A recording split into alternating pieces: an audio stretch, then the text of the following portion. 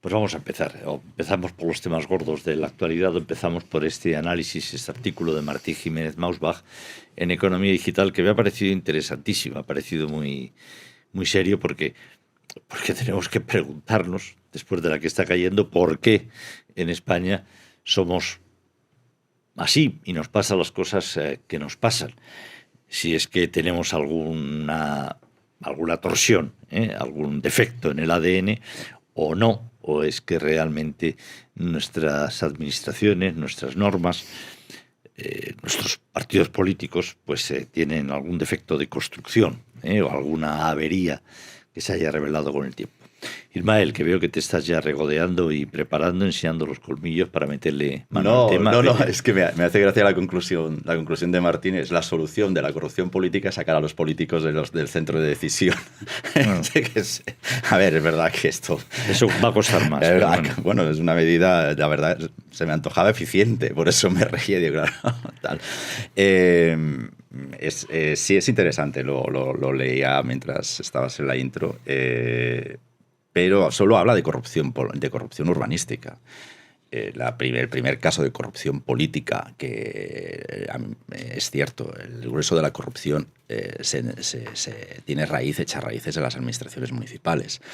Y todo empezó por ahí, pero empezó por la contrata del servicio de basuras en Alicante. Ese es el primer caso de corrupción documentado en España, en un ayuntamiento, y no como corrupción urbanística, sino pues como corrupción de concesiones, a lo que jugaban un poquito también aquí el club de Ferraz, ¿no? Es decir, no solo entraban con grandes obras públicas, sino que incluso también alguna historia de servicios de contratas había por ahí. Pero al final las conclusiones de este artículo me parecen interesantes. Un mayor liberalismo económico, según su tesis, reduciría la corrupción porque acabaría expulsando a los políticos de las decisiones arbitrarias. Y esto me gustaría, o me pregunto, qué impacto tiene, por ejemplo, sobre la crisis inmobiliaria que estamos viendo, ¿no? en los precios, porque al final el problema de la vivienda en España está muy identificado. Nos faltan entre 600 y 700.000 viviendas sistemáticamente que no se pueden construir por varias razones, pero una de ellas es por la disposición de terrenos.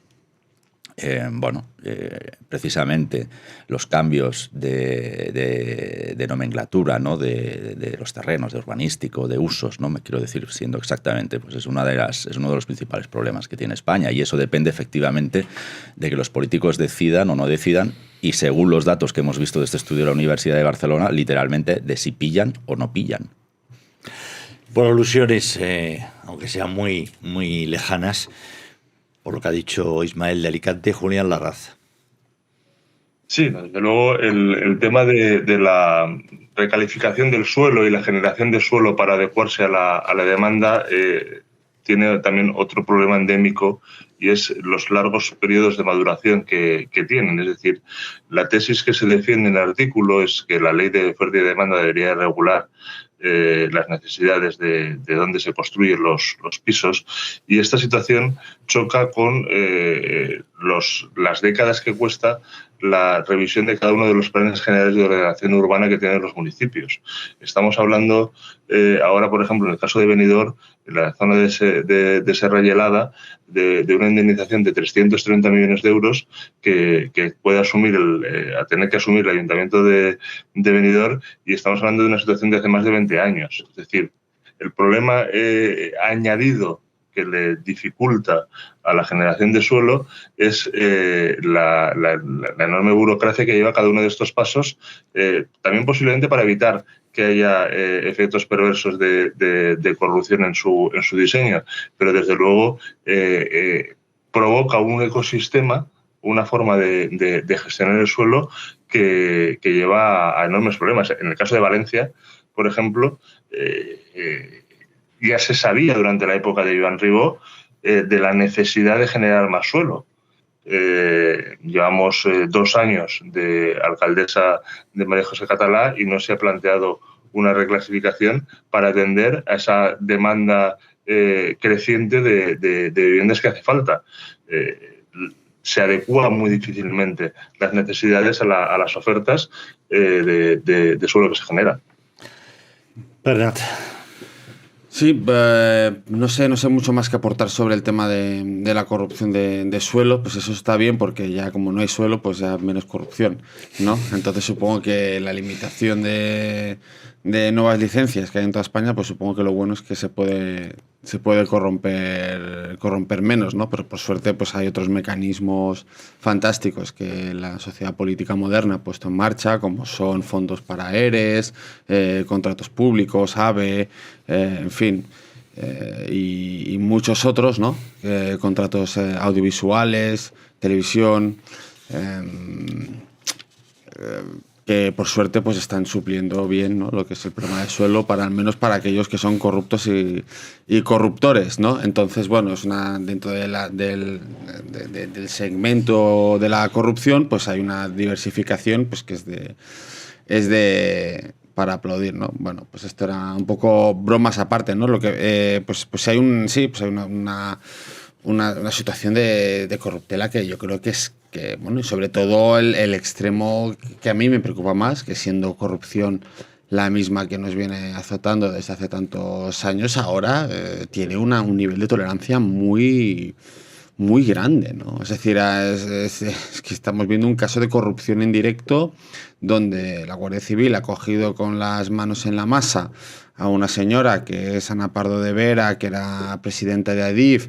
La UCO ha registrado su casa, ha entrado en la casa de Cerdán, de Ábalos, una trama de corrupción pública desde el gobierno, desde las empresas públicas, el ministerio y el partido, y es gente que está en casa y yendo a programas de televisión si quieren, ¿no? Y para mí eso me choca que haya esta tolerancia, y yo creo que es motivo que es una consecuencia de la situación en la que estamos, que es que, bueno, que yo nunca había visto este nivel de tolerancia con una trama corrupta como la que estamos viviendo, que permiten que esta gente sigan de diputados, sigan siendo defendidos en televisión, o que no se hable de ellos, ¿no? Entonces, y esto yo creo que es naturalmente pues que está siendo porque el presidente del gobierno no está asumiendo responsabilidades políticas, porque no puede asumir que cualquier responsabilidad política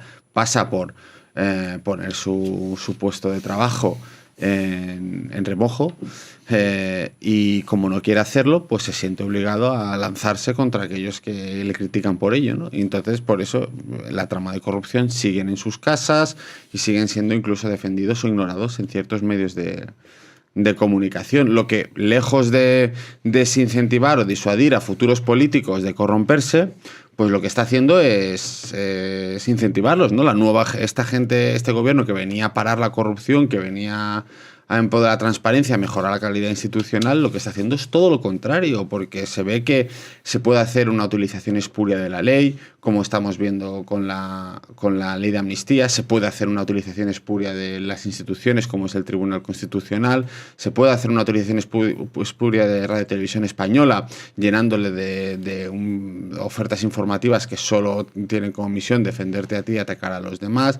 Se puede hacer una utilización espuria del CIS, del Banco de España, etcétera, etcétera, y eso no tiene ninguna penalización a nivel. Esa gente es capaz de hacer todo eso sin dar ninguna justificación. ¿Qué hace eso? Pues alentar futuros corruptos y corruptores. Yo discrepo bastante. Primero, es demasiado temprano para entender si hay o no hay desincentivos por utilizar tu mismo argot. Es pronto. La justicia apenas ha empezado a trabajar. La UCO está ahora moviéndose a raíz de la información que encontró de Santos Cerdán. Está trabajando ahí. Es decir, todavía no se han resuelto, todavía no entendemos, porque no se han resuelto, cuál es el castigo, pues, por ejemplo, para la trama Gürtel. Y hombre, si nos salimos de la esfera judicial, es decir, creo que es pronto para saber si hay o no hay castigo, porque los jueces están trabajando, y antes de los jueces está trabajando los cuerpos de seguridad del Estado, o sea, los investigadores. Pero si nos salimos de esa esfera, Pedro Sánchez no convoca elecciones porque las pierde. cogiéndote el hilo, ¿no?, del Tribunal Constitucional de esta semana, habría quien defendía que Pedro Sánchez podría haber convocado un referéndum sobre la amnistía. Ni lo convocó ni lo convocará porque lo va a perder. Entonces, sí que es verdad que la sociedad española es permisiva con la corrupción, no es nuevo, pero no creo que sea más permisiva que hace 20 años, o 30 años, o 30 y pico, cuando detectamos ese primer caso documentado de corrupción en Alicante, ¿no? Afortunadamente creo, y eso ya no tengo manera de medirlo, es decir, Martí pone cifras de un estudio muy bien trabajado seguro, porque además las dos fuentes trabajan bien, la Universidad de Barcelona. Pero, por tanto, solo hablo ahora de sensaciones personales y de lo que puedo pulsar, pues, por ejemplo, en redes sociales o en mi entorno. El rechazo social a la corrupción es alto. Es muy alto. Yo noto cada vez más cansancio. Otra cosa es que luego eso si se plasma o no se plasma. Pero, ojo, que si leemos bien, sí se plasma en la desafección política. Y en los índices cada vez más costosos de participación en las elecciones. Por ejemplo, en algunas. ¿Verdad, Julián? ¿No? Bueno, no, sí, lo entiendo perfectamente, pero la gente, pues naturalmente, hombre, las penas de cárcel, bueno, ya no son las mismas penas de cárcel, es decir, se ha rebajado las penas de cárcel para algunos delitos como la malversación, como la sedición, etcétera, etcétera. Es decir, ya legalmente sobre el papel hay muchas penas. Pero ese es el mayor acto de corrupción del señor que puso a los corruptos a hacer esto. Bueno, pero que yo no, joder, que la gente, pues ahí están y está el gobierno y ahí siguen, ¿no? Y a pesar de haber rebajado todas estas penas, a pesar de eso, pues esta gente, pues si se demuestra que hizo lo que parece que hizo, pues irá a la cárcel o no lo sé. Lo que pasa es que es todo, o sea, a mí lo que me preocupa es la responsabilidad política de eso. Es decir, pues la señora Pardo de Vera, el señor Koldo y el señor Ábalos, pues inexorablemente irán a la cárcel si se demuestra lo que apuntan los audios. Está bien. Pero que el gobierno no tenga que asumir, el presidente del gobierno, ninguna responsabilidad política, ergo, o sea, quiere decir dimisiones, convocar elecciones, de SOA, que no tenga que asumir eso cuando estalle un caso de corrupción, esto significa que hay un grado de tolerancia interna, externa, no sé, la gente de la calle estará muy enfadada. Yo digo que a nivel de lo que son los circuitos mediáticos y políticos hay un nivel de tolerancia respecto a eso. Y esto, pues, ¿eso qué hace? Pues desincentiva, el corrupto pues seguirá corrompiendo y hace que, bueno, que por ejemplo, si Feijóo es el próximo presidente del gobierno, pues dirá, bueno, si me estalla un caso de corrupción en el ministerio de tal, igual hace 5 años o hace 10 años, pues eso me va a llevar a la dimisión inexorablemente. Ahora no hace falta. Que igual, que igual hay una trama de amaños públicos en tu gobierno y no tienes que dimitir, no sé, que tiras millas. Me gustaría pensar que estamos confundiendo una actitud personal, la del presidente del gobierno, sí, con una actitud general que yo de momento no la veo. Pero yo no creo que sea una actitud personal, o sea, de presidente del gobierno. De asumir responsabilidades políticas. Hombre, pero vamos, hasta los más sanchistas están de acuerdo en que tendría que dimitir Felipe González ayer, que ni siquiera es sanchista, pero que tiene un peso, tiene una ascendencia muy potente todavía sobre el Partido Socialista, está pidiendo que dimita. Otra cosa es que la actitud personal suya, hay por una sus santos tal del gobierno que ni siquiera además pertenece al partido. Pero si ni dimite el jefe. Por lo tanto, es como porque va a dimitar ella. Por lo tanto, pero que tendrá que exigirle responsabilidad. Yo me voy del gobierno. Si hubiera una sensibilidad, en este país político respecto a la corrupción, una persona como la vicepresidenta Yolanda Díaz, que en teoría no tiene nada que ver con eso, que hace una intervención en el Parlamento diciendo que es una persona ética, muy ética, según dijo literalmente, presentaría automáticamente su dimisión. Este gobierno ha tenido ministros que, según sabemos, han cometido actos deshonestos contra el Estado. Yo no puedo participar.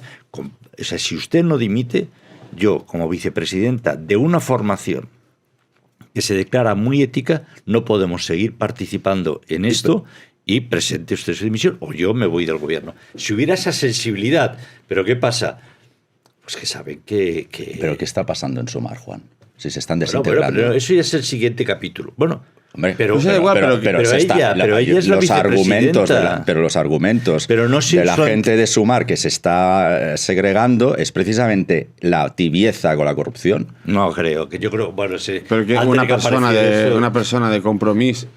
Una persona de Compromís. Bueno, esto es, o sea, el escándalo tan gordo debería hacer que se disolviera todo. ¿Cómo puede ser que partidos como el PNV... Sí, totalmente de acuerdo. Una reacción de decir, mira, yo no puedo seguir apoyando, señor, y públicamente digo, yo no voy a tomar parte de un gobierno que ha estado amañando cientos de millones de contratos en obras públicas, en mascarillas, en COVID. Es que no nos acordamos ya de las mascarillas. Lo siento, hasta aquí con este gobierno. Porque el propio gobierno ha dicho, hay indicios sólidos de todo esto, hay grabaciones. Julián. Hay una cosa que ya no se habla mucho y que en la época anterior de la corrupción era posiblemente uno de los mantras, ¿no? Que era la línea roja. ¿Hasta dónde se soporta una corrupción? Cuando es imputado, tiene que dimitir, tiene que haber juicio firme para que dimita o no dimita. Estas líneas y este debate que hace 8 años era bastante recurrente, ahora yo creo que se ha dejado porque se ha creado una nueva excusa, ¿no? Sobre todo desde el bando de Pedro Sánchez, ¿no? Que es, bueno, puedo desprestigiar a aquel que ha iniciado el proceso judicial, decir que es falso y, por lo tanto, aunque haya una imputación, pues es que incluso el juez lo está haciendo mal y, por lo tanto, no tiene validez. Pero hay una cosa que es todavía más perversa en esto de la corrupción, y es que desde el minuto 1 de la legislatura, tanto un bando como el otro está buscando a ver de qué manera denuncia para conseguir la imputación que marca esa línea roja para poder tener el motivo de corrupción de acusar. Por lo tanto, se ha llegado incluso a devaluar la palabra corrupción, porque siempre tiene que haber algo de corrupción por medio, de manera que cuando hay un caso realmente de corrupción, se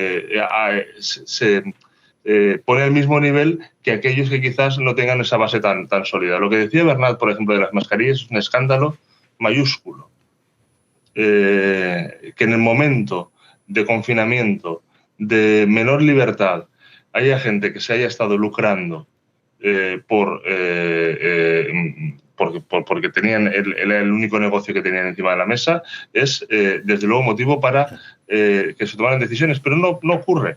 No ocurre porque todas las decisiones que se toman simplemente van a ver cómo consigo el que el otro tenga esa losa de corrupción mayor que la mía. Y el principio es nunca aceptar el que hay una parte en la que yo puedo llegar a asumir el error y, por lo tanto, decirlo. Por eso no marco una línea roja que me diga que hasta aquí hemos... Julián, hay un librito muy pequeñito de un hombre que a mí me encanta.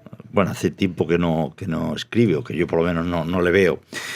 Es un economista, un catedrático de no sé qué, Alejandro Nieto. El nombre sí que me acuerdo bien. Y es un libro muy pequeñito. Además, está escrito con un lenguaje, en algunos momentos incluso divertido, lo que se agradece, ¿eh? Y entonces, una de las cosas que dice ese libro es: cuando no queremos que algo se solucione, hagamos una comisión rápidamente en el Parlamento. Es decir, entonces con una comisión ya lo tiene la comisión, vamos a estudiarlo, la comisión se reúne, probablemente tarde un par o 3 de años en llegar a alguna conclusión o a ninguna, pero eso ya la comisión ya se ha encargado y tal. Lo digo por lo que decías de líneas rojas. Yo no creo en las líneas rojas. La línea roja tiene que ser el sentido común y la honestidad política. Una línea roja se quiso, cuando había una línea roja, que era que político imputado, político que no podía seguir en la política, ¿os acordáis? Incluso un presidente de Castilla y León, me parece, un tal que fue de los primeros, que apenas se le imputó, tuvo que luego no había nada contra este señor, pero tuvo que dejar su cargo. Parece de los primeros de Castilla y León, pues los políticos, algunos políticos decidieron que ya no habría imputados, que eso sonaba feo, que serían investigados. Oiga, no, investigados podemos ser todos, pero cuando a un investigado se le suponen o se le ven, se observan indicios de delito, este señor, si el juez lo decide, pasa a ser imputado, con todas sus letras, imputado. No, había que debilitar la fortaleza de este adjetivo y tal, ¿no? Yo creo, Las líneas rojas es que dependen y las marca la honestidad política. Mira, hay un libro, hoy parece que vengo con la teletienda, pero vamos a ver. Hay un libro que está muy bien, de dos autores americanos, creo, que es Cómo mueren las democracias, que no sé si lo habréis leído, Steven Levitsky y Daniel Ziblatt. Son dos autores, creo, norteamericanos, creo no, vamos, me parece que son norteamericanos, que escriben este libro preocupados por si la democracia de Estados Unidos podrá sobrevivir a los últimos tiempos y especialmente al señor Donald Trump, del que ellos califican que es un autócrata, un hombre antiliberal, etcétera, etcétera. Nada nuevo en este sentido. Pero hay una frase que me llamaba mucho la atención de ese libro, la tenía anotada, y hay dos frases que les voy a leer, pues son muy buenas, a mi entender. Además figuran, me parece que al principio del libro, en la introducción. Dicen, los autócratas electos, que son los auténticos enemigos, por supuesto, de la democracia.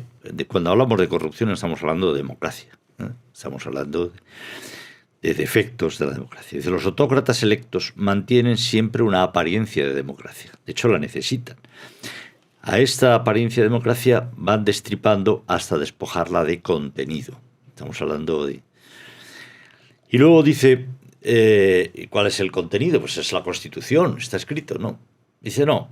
Dice, hay dos normas básicas que son fundamentales para que la Constitución, lo que está escrito, sobreviva. Una, la tolerancia mutua.